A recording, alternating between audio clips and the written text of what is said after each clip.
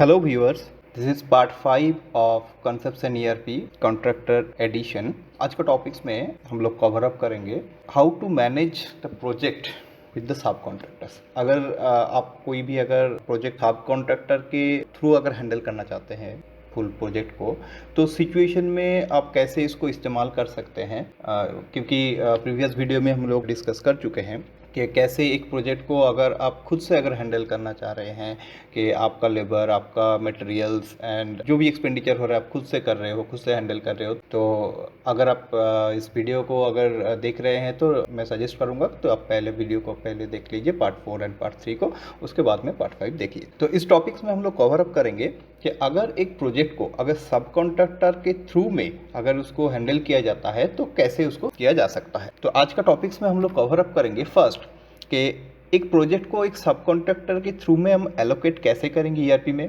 जैसे कि मान के चलते हैं कि कोई एक प्रोजेक्ट अप्रॉक्स मान लेते हैं कि उसका जो वैल्यू है वो 10 लाख का है। अब आप उसको कोई सब कॉन्ट्रैक्टर के थ्रू में उसको हैंडल करना चाह रहे हैं तो उनको आप 8 लाख में कॉन्टैक्ट कर रहे हैं, तो कैसे उसको शेड्यूल किया जाएगा प्रोजेक्ट को सब कॉन्ट्रैक्टर के हेड में, तो वो हम लोग यहाँ पे दिखाएंगे। सेकंड हम लोग क्या करेंगे, अगर सब कॉन्ट्रैक्टर को आप ड्यूरिंग द प्रोजेक्ट अगर स्टार्टिंग में हो या बीच में हो या कोई भी टाइम पे अगर आप एडवांस देना चाह रहे हैं तो उसको कैसे हम लोग हैंडल करेंगे। अगर कोई भी अगर सब कॉन्ट्रैक्टर को अगर ऐसा आप लोग डील करते हैं कि ओके जो लेबर है वो आपका मतलब सब कॉन्ट्रैक्टर का होगा एंड अदर्स जो भी मैनेजमेंट होगा वो सब कॉन्ट्रैक्टर का होगा, बट जो मटेरियल्स जो चाहिए वो मटेरियल्स आप इशू कर रहे हो सब कॉन्ट्रैक्टर को, तो डेफिनेटली इस सिचुएशन में क्या होगा, आप सब कॉन्ट्रैक्टर को मतलब कैश दे रहे हो एज अ एडवांस और आप मटेरियल भी दे रहे हो, ठीक है। तो 8 लाख का मान के चलते हैं कि उनके साथ डील हो रहा है, तो उसमें आप क्या कर रहे हो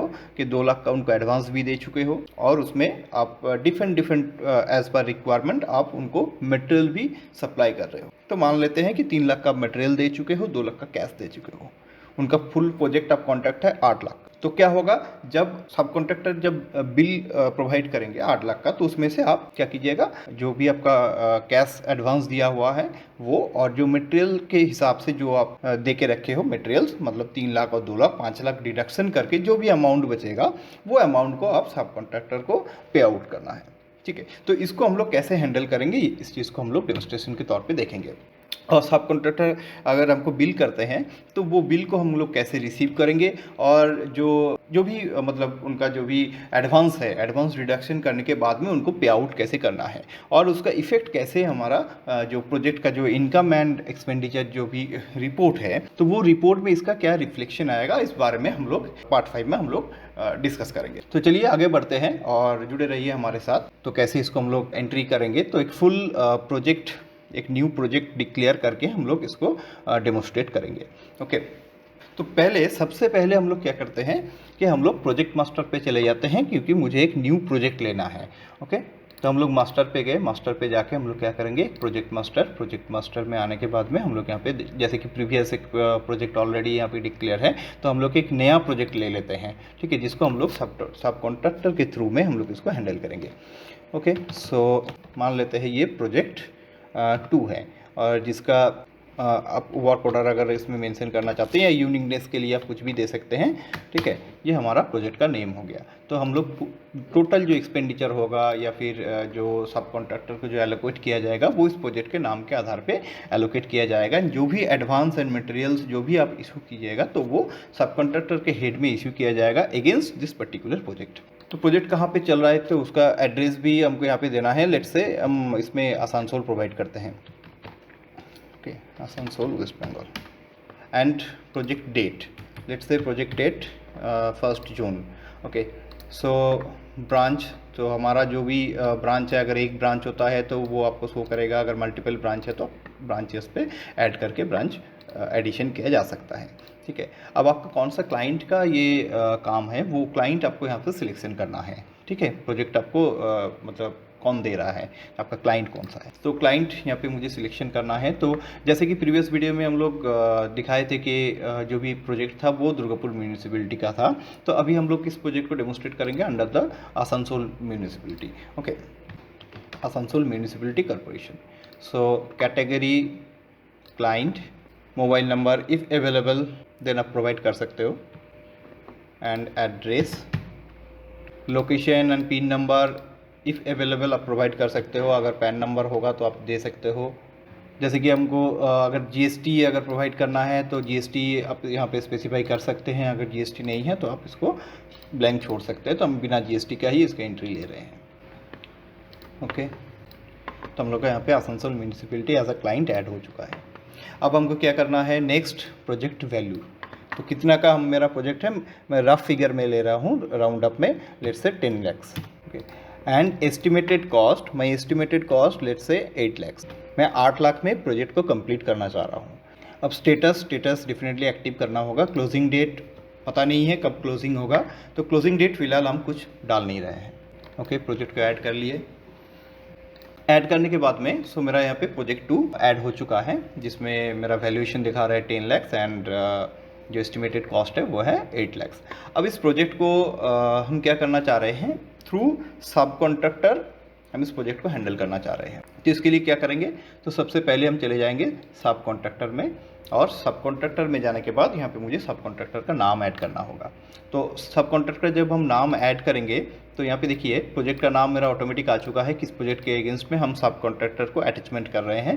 ठीक है, अब सब कॉन्ट्रैक्टर का नेम अगर हम क्लिक करते हैं तो मुझे यहाँ पे सब कॉन्ट्रैक्टर का नेम दिखाएगा, अगर सब कॉन्ट्रैक्टर अवेलेबल है तो, अगर हम पर्सनल लेजर में ऐड करके रखे हैं तो। अगर नहीं है तो अगर हम ऐड करना चाहते हैं तो हम लोग इस प्लस साइन पे क्लिक करके हम लोग पर्सनल लेजर पे एक सब कॉन्ट्रैक्टर ऐड कर लेंगे। ठीक है, तो लेट्स से हम लोग सब कॉन्ट्रैक्टर ऐड कर रहे हैं।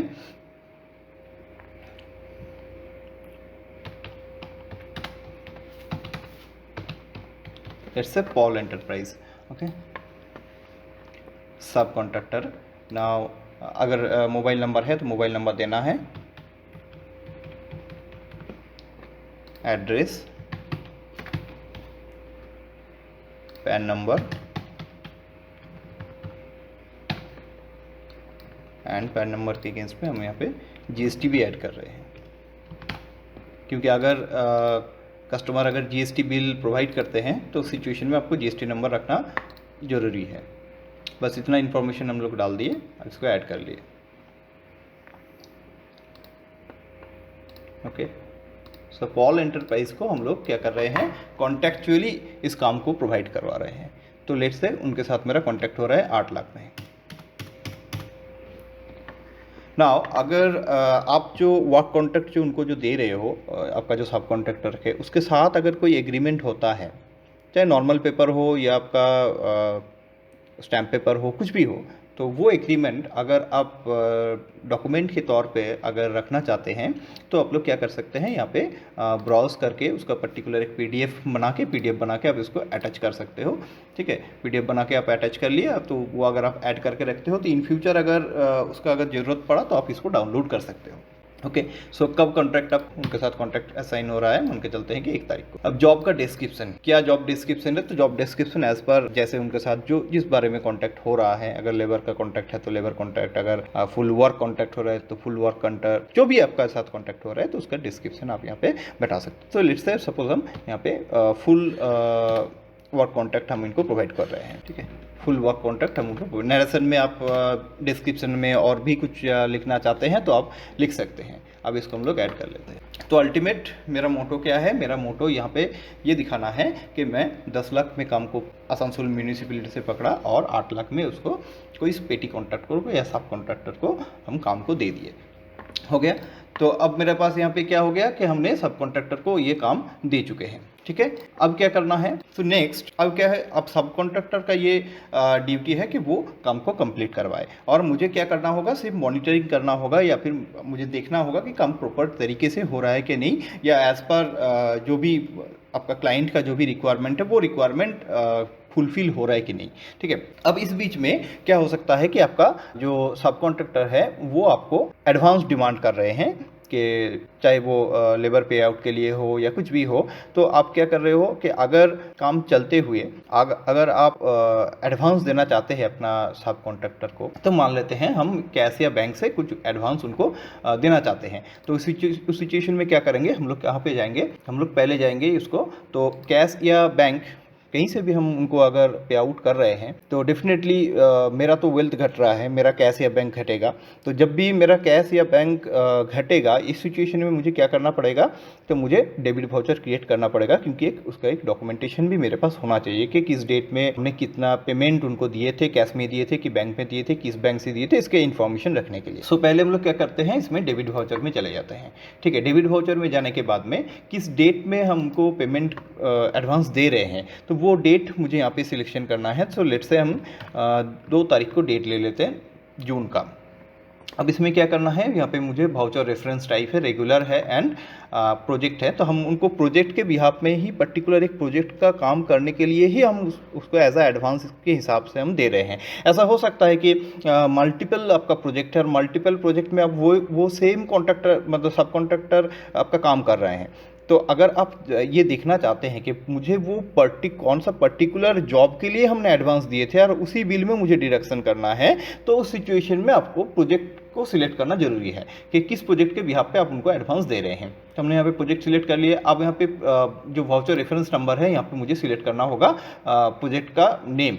तो कौन सा प्रोजेक्ट में आप उनको पेमेंट दे रहे हैं, कौन सा प्रोजेक्ट के बिहाफ में, तो मैं उनको पेमेंट दे रहा हूँ प्रोजेक्ट नंबर 2 के अगेंस्ट में। ओके, अब यहाँ पे क्या करना है, वाउचर टाइप, तो आप किस तरह का मतलब मोड में उनको पेमेंट दे रहे हैं, कोई बिल के आधार पे आप उनको पेमेंट दे रहे हैं कि नहीं, नॉर्मल पेमेंट वाउचर उनको दे रहे हैं कि नहीं, या फिर आप उसको ऐसा एडवांस के तौर में दे रहे हो जो एडवांस उसके बिल में डिडक्शन किया जाएगा।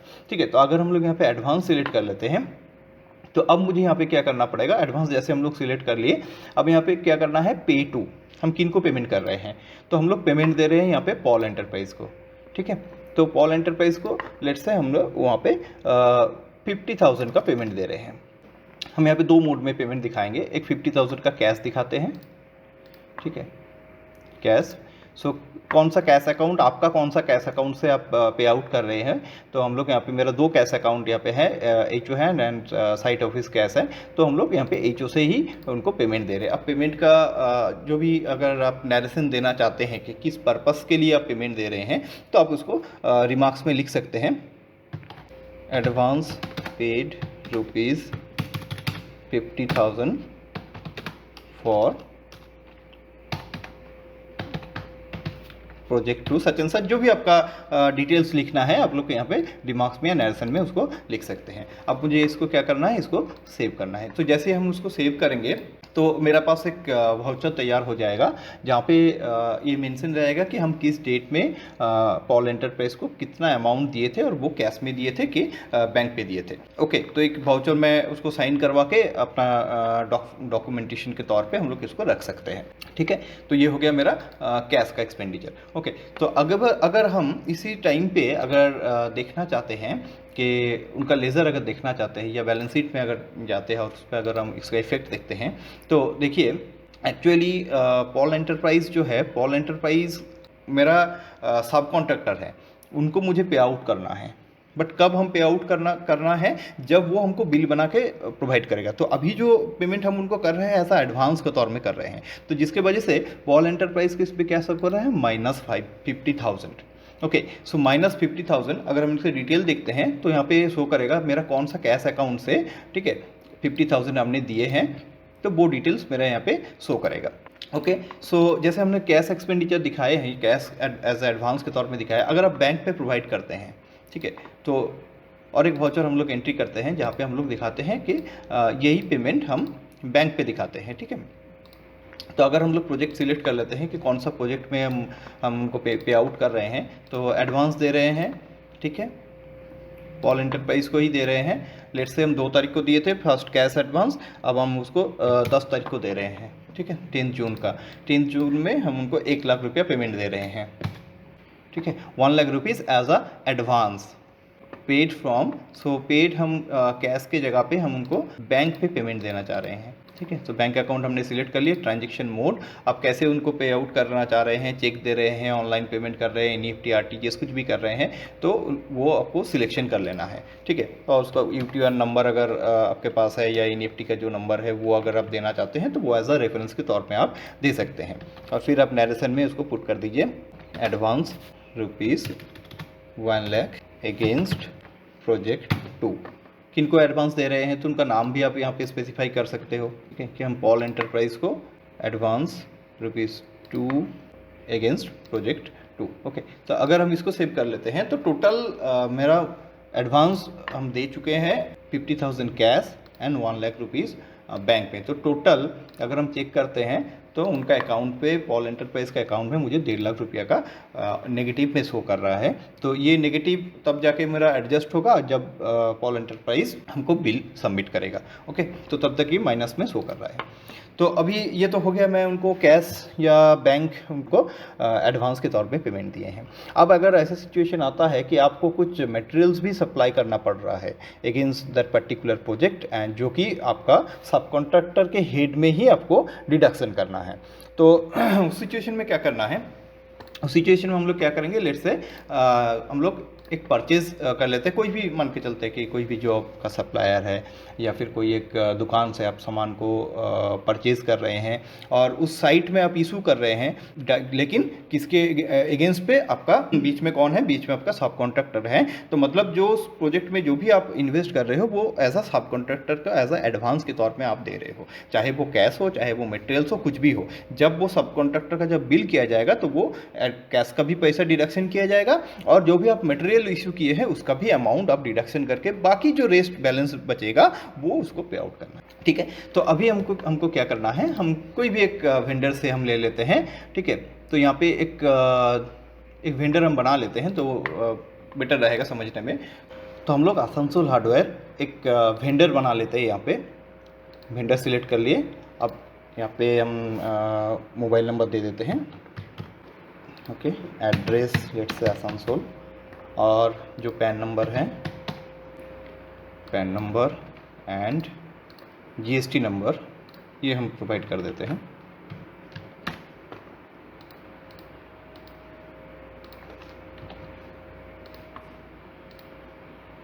इंसर्ट कर लेते हैं तो मेरा वेंडर यहाँ पे क्रिएट हो गया। तो हम इसी वेंडर से परचेसिंग को दिखा रहे हैं, क्योंकि तो मेरा पता चल जाएगा पर्टिकुलर एक अलग वेंडर से ही हम परचेस दिखा रहे हैं ताकि समझने में आसानी हो, ठीक है। तो purchase from this particular vendor. अब मुझे क्या परचेस करना है, तो लेट्स से हम सीमेंट ले रहे हैं और इस वेंडर से और कोई एक सामान ले लेते हैं, लेट्स से TMT बार ले लेते हैं। ओके, मान के चलते हैं कि 150 बैग आपका सीमेंट एंड 20 टन का रड ले लेते हैं, ठीक है। इसका 330 रुपीज़ एंड इसका लेट से 2700 करके हम पर टन का ऐड कर लेते हैं। अब इसमें GST के साथ मेरा जुड़ के ये आ गया 1,03,500। ओके, तो विद GST मेरा हो गया 1,15,920 रुपया। तो अब मैं इसको अगर नॉर्मल परचेज कर लेता हूँ तो क्या होगा? नॉर्मल परचेज करने से आपका स्टॉक में आ जाएगा, लेकिन मुझे क्या करना है, ये पर्टिकुलर आइटम जो भी हम परचेज दिखा रहे हैं इसको क्या करना है, प्रोजेक्ट 2 में हमको एलोकेट करना है, ठीक है। और ये भी स्पेसिफाई करना है कि इसका जो डिडक्शन होगा टोटल जो 1,15,920 रुपया, ये मेरा सब कॉन्ट्रैक्टर का बिल से डिडक्शन होना चाहिए, ठीक है। तो उस सिचुएशन में हमको क्या करना है, एक इन्वॉइस नंबर से प्रोवाइड कर देते हैं, कुछ भी जो भी आपका वेंडर आपको इन्वॉइस नंबर प्रोवाइड किया है वो, ठीक है। और डेट अगर आप मेंशन करना चाहते हैं, लेट्स से ये 20 तारीख का डेट पकड़ लेते हैं, 20 जून का। अब क्या करना है, तो जो हम डिस्कस कर रहे थे कि मुझे सब कॉन्ट्रैक्टर के अगेंस्ट में इस मटेरियल को इशू करना है, तो उसके लिए क्या करेंगे, purchase for. Okay, purchase for में जाएंगे, यहाँ पे क्या करेंगे, परचेज फॉर। आप किस पर्पज से परचेज कर रहे हो? डेफिनेटली प्रोजेक्ट के अगेंस्ट पे। आप कौन सा प्रोजेक्ट के अगेंस्ट में? तो प्रोजेक्ट नाम यहाँ पे सिलेक्ट करना है, मतलब प्रोजेक्ट नंबर 2, ठीक है। अब यहाँ पे खुल जाएगा और एक बॉक्स जहाँ पे आपको शो करेगा कि आपका अगर सब कॉन्ट्रैक्टिंग में अगर है, तो अगर हम इसको क्लिक करते हैं तो वो पर्टिकुलर प्रोजेक्ट में अगर कोई सब कॉन्ट्रैक्टर अगर एलोकेटेड है तो उसका नाम शो करेगा। तो अभी मेरा जैसे यहाँ पे पॉल एंटरप्राइज शो कर रहा है, तो हमने इसको सिलेक्ट कर लिया। जैसे सिलेक्ट कर लिए तो यहाँ पे मेरा आ जाएगा कि 8 लाख का उनके साथ कॉन्ट्रैक्ट है, तो हम 8 लाख तक उनको एडवांस या मटेरियल्स कुछ भी सप्लाई हम कर सकते हैं, क्योंकि उतना का बिल में हम डिडक्शन कर सकते हैं, ठीक है। अब हम लोग क्या करेंगे, इसको सेव कर लेते हैं। तो जैसे हम लोग इसको सेव कर लेंगे तो दैट मीन्स ये जो मेरा टोटल जो मटेरियल का जो कॉस्ट है, तो ये कॉस्ट मेरा क्या होगा, ये कॉस्ट मेरा प्रोजेक्ट का कॉस्ट में चढ़ जाएगा।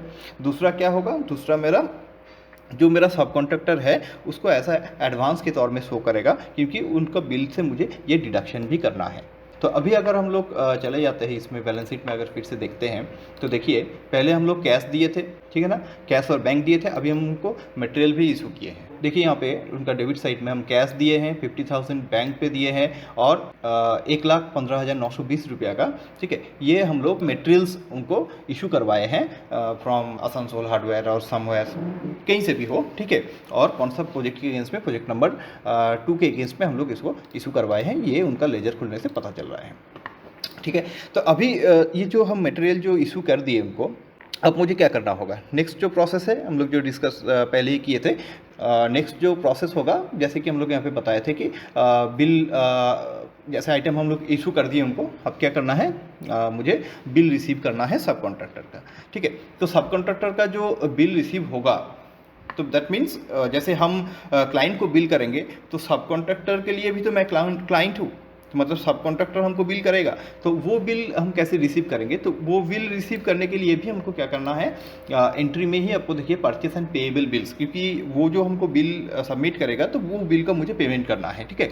तो परचेस एंड पेएबल बिल्स में ही हम आएंगे, और यहाँ पे क्या करना है, सो परचेस फॉर्म कौन हमको बिल दे रहा है, सो बिल दे रहा है पॉल एंटरप्राइज, ओके। जो पॉल एंटरप्राइज का जो 8 लाख का जो भी था, अब पॉल एंटरप्राइज अगर उनका जो इनवॉइस नंबर होगा, ठीक है, लेट्स से पॉल एंटरप्राइज 001/22-23 का ये हमको बिल दे रहा है, ठीक है। अब इस बिल में मुझे एंट्री लेना है, ठीक है, 8 लाख का बिल होगा, तो हम लोग ऐड कर रहे हैं। तो ऐड में ऐड करने के बाद में आइटम ऐड करना होगा, तो आइटम तो कुछ होगा नहीं, ठीक है। तो इसके लिए हम लोग क्या करेंगे, पहले सर्विस ले लेंगे। इसमें सर्विस में हम लोग क्या करेंगे, यहाँ पे एक हेड बना लेते हैं, जो हेड में हम लोग क्या होगा, ये डायरेक्ट एक्सपेंडिचर हेड में आएगा। क्या करेंगे, सब कॉन्ट्रैक्टर बिल, ओके, एक हेड बना लिए पर्टिकुलर। अब अगर एचएसएन कोड अगर अवेलेबल है तो आप एचएसएन कोड दे सकते हैं। यूनिट अगर आपको इसमें यूनिट क्या होगा, यूनिट आप इसको as a unit by default दे सकते हैं, ठीक है। अब इसको हम लोग इंसर्ट कर लेते हैं, सब कॉन्ट्रैक्टर के बिल, ओके।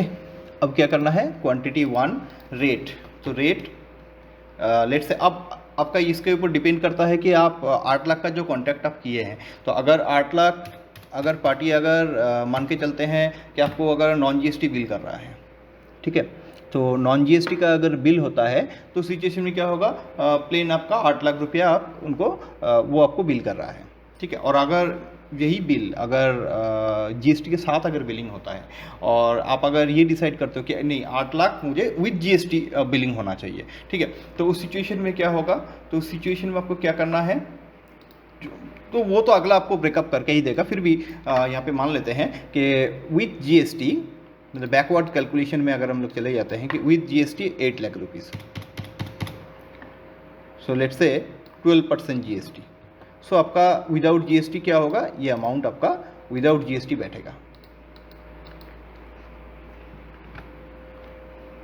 714,285.71, ठीक है। तो अगर ये आप बैठाते हो, और अगर यहाँ पे जीएसटी का परसेंटेज में जहाँ पे आपका जीएसटी ब्लैंक है, तो जीएसटी अगर 12% में, तो देखिए फिर से वो 8 लाख का ही आपका आ जाएगा। तो ये डिपेंड करता है कि आपका जो सब कॉन्ट्रैक्टर है वो आपको कैसे बिल कर रहा है। अगर जीएसटी बिल कर रहा है तो भी एक्सेप्टेबल, अगर वो नॉन जीएसटी का बिल कर रहा है तो भी एक्सेप्टेबल, ठीक है। तो लेट्स से इसको मान के चलते हैं कि ये नॉन जीएसटी बिल है, okay, so non GST bill है, 8 लाख का बिल है, ठीक है।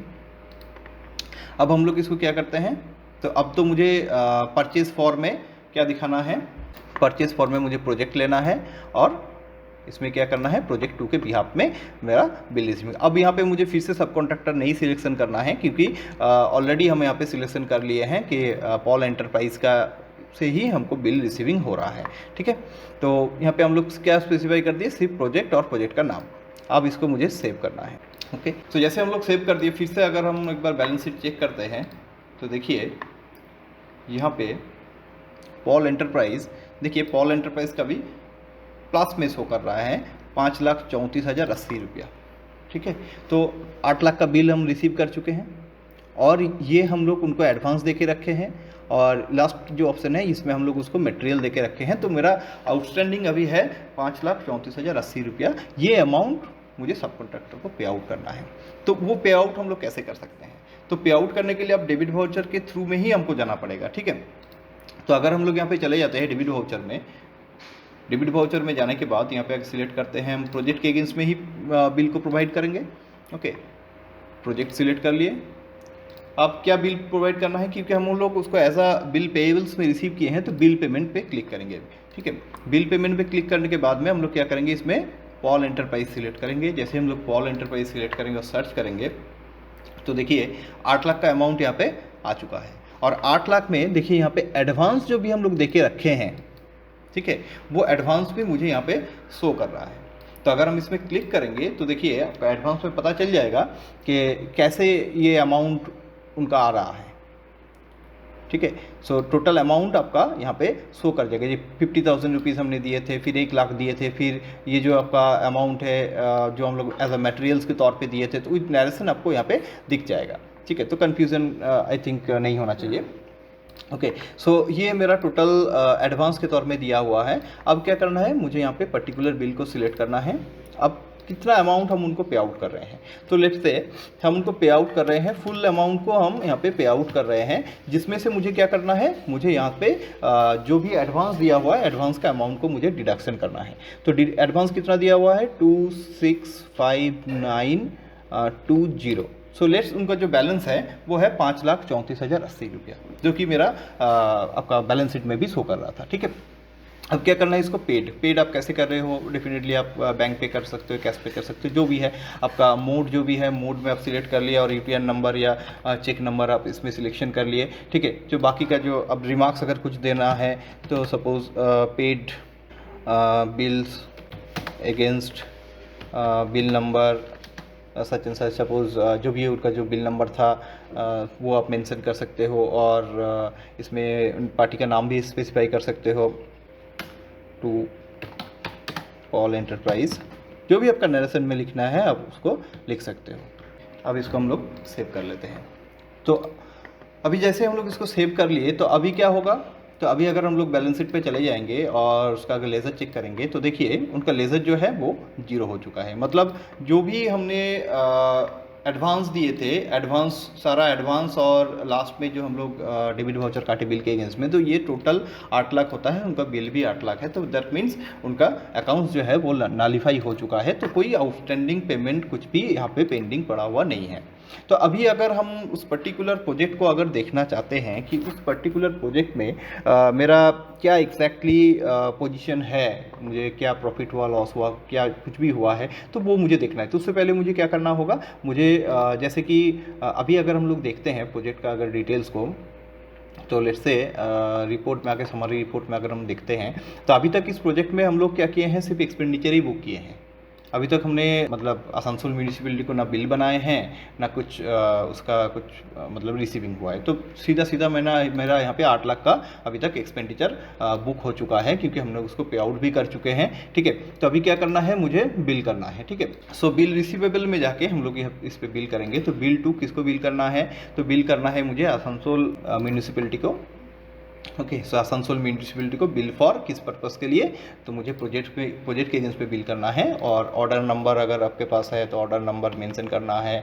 ऑर्डर किस डेट में आपको ऑर्डर मिला था वो डेट आपको स्पेसिफाई अगर करना चाहते हैं तो आप कर सकते हैं, ठीक है। अब यहाँ पे क्या करना है, प्रोजेक्ट का नेम देना है, कौन सा प्रोजेक्ट के बिहाफ में आप बिल कर रहे हो। तो प्रोजेक्ट नाम सिलेक्ट कर लिए। पर्टिकुलर्स में अगर कुछ भी आपको नरेशन देना है तो दे सकते हैं, बिल अगेंस्ट, जो भी आपको नरेशन देना है आप नरेशन दे सकते हो। डिस्क्रिप्शन में भी आप जो भी आपका बिल करने के टाइम पे जो भी आपको ज़रूरत है डिटेल्स लिखने का वो आप लिख सकते हैं। कुछ अगर आपका एचएसएन कोड अगर देना है तो एचएसएन कोड बैठा सकते हैं, क्वांटिटी यूनिट बैठा सकते हैं, और रेट जो कि है मेरा 10 लाख का रेट है। ओके, सो 10 लाख रुपीज़ हम लोग यहाँ पे ऐड कर दिए। सो 10 लाख रुपीज़ हम लोग यहाँ पे ऐड कर चुके हैं। अब क्या करना है, अगर आप जीएसटी बिल करना चाहते हो, सेम प्रोसेस, अगर आप जीएसटी बिल अगर करना चाहते हैं तो जीएसटी आपको यहाँ पे बैठाना पड़ेगा कि कितना % आप जीएसटी ऐड करना चाह रहे हैं, ठीक है। जैसे कि पार्टी के जीएसटी नंबर है नहीं, क्योंकि हम लोग जब ऐड किए थे पार्टी को, मीन्स जो भी मेरा आसनसोल म्यूनिसिपैलिटी, उसमें कोई हम लोग जीएसटी नंबर ऐड नहीं किए थे। तो जो भी है सो उस हिसाब से आपको बिल करना है। तो जैसे हम लोग इसको सेव कर लेंगे, okay, so this is asking for bill number. आपका बिल का जो भी नंबर होगा आप बैठा सकते हैं मैन्युअली। अब इसको हम लोग सेव कर लिए। तो जैसे हम लोग इसको सेव कर लेंगे तो अब क्या हो गया, अब मेरा बिल का जो आउटस्टैंडिंग इसमें आ जाएगा। तो जैसे बिल का आउटस्टैंडिंग आ जाएगा तो यहाँ पे क्या होगा, तो मेरा यहाँ पे देखिए ऑटोमेटिक मेरा जो प्रोजेक्ट एक्सपेंडिचर जो है, तो प्रोजेक्ट एक्सपेंडिचर में मेरा 10 लाख का आउटस्टैंडिंग यहाँ पे आ गया। मतलब 8 लाख का मेरा खर्चा है, 10 लाख का मेरा रिसीविंग होगा। लेकिन बिल अभी तक मेरा रिसीव हुआ नहीं है, ठीक है। ये भी देखने वाला बात है कि बिल अभी तक मेरा रिसीव हुआ नहीं है, लेकिन हम लोग बिल कर चुके हैं। दैट मीन्स मेरा 2 लाख का प्रॉफिट होना चाहिए, ठीक है। अब क्या करना है, बिल को रिसीव कैसे होगा, तो बिल रिसीव करने के लिए हम लोग क्या करेंगे, अकाउंट्स पे जाएंगे। अकाउंट्स पे जाने के बाद में क्रेडिट वाउचर पे जाएंगे। क्रेडिट वाउचर में जाने के बाद में यहाँ पे मुझे सिलेक्शन करना है voucher type, that means it's a bill collection. Okay, so कहाँ से मुझे बिल कलेक्शन करना है, तो बिल कलेक्शन करने के टाइम पे हम लोग क्या सिलेक्ट करेंगे, आसनसोल म्यूनिसिपैलिटी, क्योंकि आसनसोल म्यूनिसिपैलिटी को हम लोग बिल लगाए हैं, ठीक है। अब अगर इसको सर्च करते हैं तो आपको यहाँ पे बिल का जो भी अमाउंट है वो आपको डिस्प्ले कर जाएगा। अब यहाँ पे आपको स्पेसिफाई करना है कि कितने का आप रिसीविंग हो रहा है। तो मुझे फुल अमाउंट रिसीव करना है 112000। ओके, अब यहाँ से मुझे अगर TDS अगर डिडक्शन होता है, ठीक है, सो वो TDS डिडक्शन हो सकता है। तो अमाउंट इन हैंड मुझे कितना मिलेगा, तो ऑटोमेटिक यहाँ पे आपको शो कर जाएगा कि कितना आपको इन हैंड मिल रहा है और बाकी का कितना TDS आपका डिडक्शन हो रहा है, ठीक है। अब क्या करना है, रिसीव बाय आप कैसे रिसीव कर रहे हो, बैंक पे कर रहे हो या कैश पे कर रहे हो, डेफिनेटली बैंक पे ही होगा, ठीक है। अब मोड पे आप सिलेक्ट कर सकते हो कि आपको चेक मिल सकता है या कुछ भी मिल सकता है। कि चेक होता है तो चेक नंबर आप बैठा सकते हो, अगर ऑनलाइन मिल रहा है NEFT RTGS तो उसका भी डिटेल्स आप यहाँ पे दे सकते हो, ठीक है। सो नरेशन में आप लिख सकते हो कि अमाउंट रिसीव फ्रॉम दिस, जो भी नरेशन आपको देना है, ठीक है, अगेंस्ट प्रोजेक्ट 2। ओके, हम लोग इसको ऐड कर लेते हैं। तो जैसे हम लोग इसको ऐड कर लेंगे तो क्या हो जाएगा, मेरा बैंक का जो डिटेल्स है, मतलब बैंक का जो भी मेरा बैलेंस था वो डेफिनेटली मेरा यहाँ पे चेंज हो जाएगा, ठीक है। तो अगर हम लोग ये देखिए, मेरा जो बैंक का जो अकाउंट है, बैंक का अकाउंट पे अभी ये रिफ्लेक्ट कर रहा है जो भी मेरा अमाउंट हम लोग इसको पे आउट किए थे। तो जैसे कि आसनसोल म्यूनिसिपल कॉर्पोरेशन से ये अमाउंट मेरा रिसीव हुआ है। तो इस तरीके से आपको मतलब आपका कैश और बैंक और आपका जो भी सब कॉन्ट्रैक्टर का जो भी लेज़र है वो साथ ही साथ आपका एडजस्ट हो जाएगा, ठीक है। तो अभी इस प्रोजेक्ट में मेरा बचा हुआ है क्या, मुझे आसनसोल हार्डवेयर से हमने जो सामान खरीदे थे वो उसका अभी तक पेमेंट हम लोग नहीं किए हैं। कैसे पता चलेगा पेमेंट किए कि नहीं किए हैं, तो अगर हम लोग लेज़र चेक करते हैं तो देखिए यहाँ पे जो आसनसोल हार्डवेयर जो है, आसनसोल हार्डवेयर का देखिए ये अमाउंट अभी तक हमने पे आउट नहीं किए हैं, तो इसको मुझे पे आउट करना है। तो इसको पे आउट करने के लिए हम लोग क्या करेंगे, डेबिट वाउचर में जाएंगे। डेबिट वाउचर में जाने के बाद में हम लोग इसको क्या सिलेक्ट करेंगे, आप प्रोजेक्ट भी सिलेक्ट कर सकते हो, रेगुलर में भी ले सकते हो, इसमें कोई डिफ्रेंशिएट नहीं है, क्योंकि हम लोग जो बिल का जो पेमेंट कर रहे हैं उसमें हम आप मल्टीपल जगह से भी डिफरेंट प्रोजेक्ट के लिए भी आप सामान ले सकते हैं। तो मुझे आसनसोल हार्डवेयर का अगर पेमेंट करना है, जब हम सर्च करेंगे तो ये स्पेसिफिक मुझे बिल को शो कर जाएगा यहाँ पे कि कितने का हमने अमाउंट का सामान लेके रखे हैं, ठीक है। अब वो अमाउंट मुझे यहाँ पे आउट करना है 115920। अब इसको आप जैसे उसको पे आउट करना चाहते हैं आप उसी हिसाब से पे आउट कर सकते हैं, बाई कैश में हो, बाई बैंक पे हो, जैसे आपको पेमेंट करना सुविधा लगे आप उस हिसाब से पेमेंट कर सकते हैं।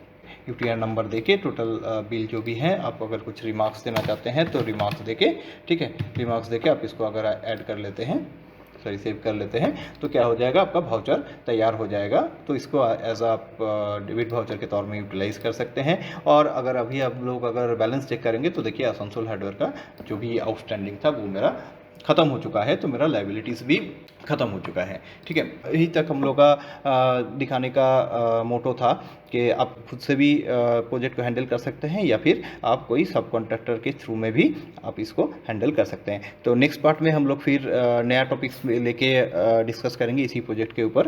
तो बने ही रहिए हमारे साथ और चैनल को सब्सक्राइब कर लीजिए कि इसके बारे में और ज़्यादा जानकारी आपको मिल सके।